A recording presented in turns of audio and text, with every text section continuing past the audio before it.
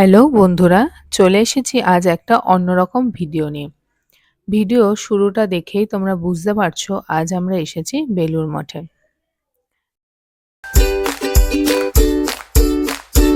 আজ আমরা তিনজন মিলে বেলুড় মঠ পরিদর্শনের জন্য এসেছিলাম। তারই কিছু ক্লিপ তোমাদের সাথে শেয়ার করে নিচ্ছি। এইটা হলো বেলুড় মঠের এন্ট্রান্সের গেট।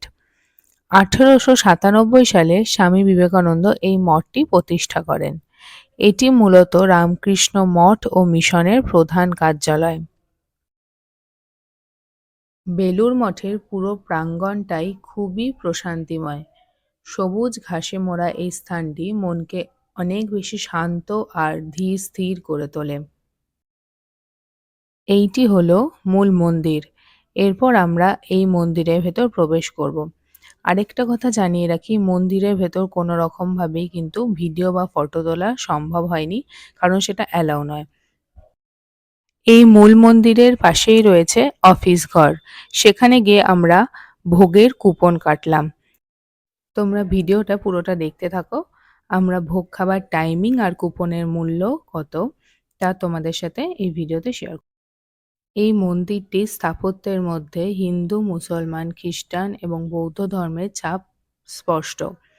এই বেলুড় মঠে দাঁড়িয়ে যেন এক আধ্যাত্মিক অনুভূতি হয়, তা সত্যিই অসাধারণ।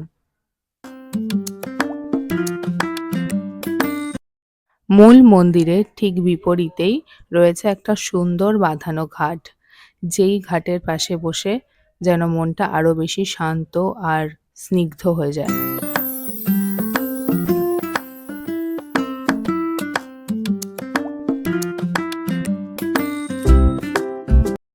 এই সামনের দোতলা মন্দিরটি স্বামী বিবেকানন্দের মন্দির।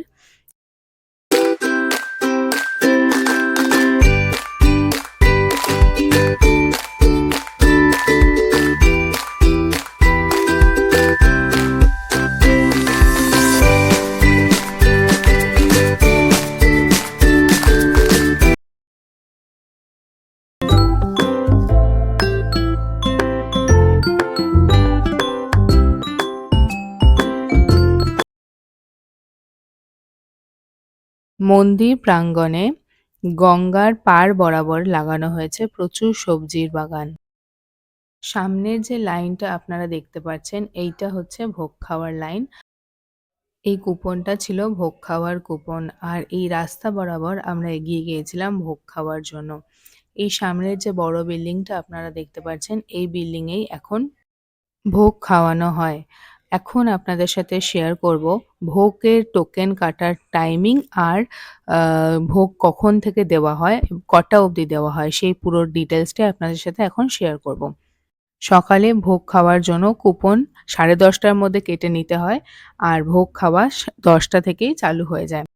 কুপনের জন্য কোনো নির্দিষ্ট মূল্য নেই, আপনাদের সামর্থ্য অনুযায়ী আপনারা এখানে ডোনেট করতে পারেন।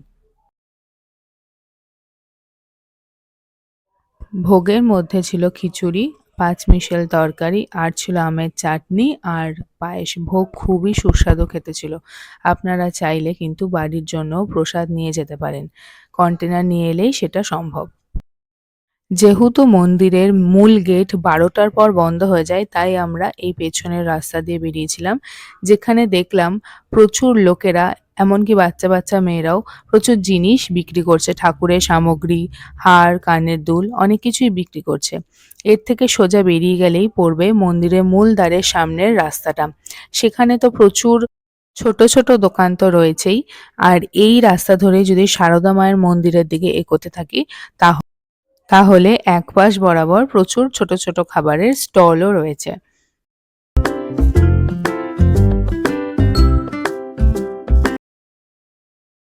এই মন্দিরটি ছিল সারদা মায়ের মন্দির। আজকের মতন ভিডিওটা এখানেই শেষ করছি। আমাদের দেওয়া ইনফরমেশনগুলো যদি আপনাদের ভালো লেগে থাকে, তাহলে অবশ্যই ভিডিওটা লাইক, শেয়ার আর সাবস্ক্রাইব করবেন। টাটা।